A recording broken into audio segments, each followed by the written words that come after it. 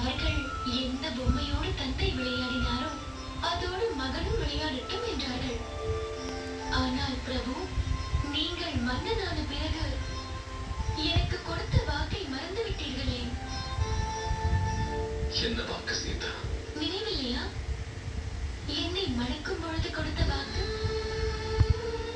ஒருவரோடு ஒருவர் நாம் இணைந்தவர்கள், சுகத்தோடு சேர்ந்து துக்கத்திலும் கவலையிலும் சமபங்கு எடுத்துக்கொள்வோம் என்று சொன்னீர்கள். அது போகட்டும். உங்களுக்கு என்னவாயிற்று? ஏன் உங்கள் முகத்தில் மகிழ்ச்சியை காணவில்லை? என்ன நடந்தது?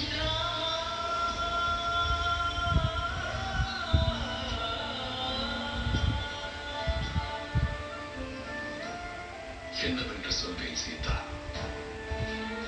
காலமும் விதியும் என்னை மிகவும் சோதிக்கின்றது. அவற்றை நான் சந்தித்துதான் ஆக வேண்டும். அது தங்களுக்கு வாடிக்கை தானே? தங்கத்திற்கே இன்று அந்த நிலைமைதானே? உங்கள் மனம் அந்த அசுரனை என்றுதானே கவலை கொள்கிறது?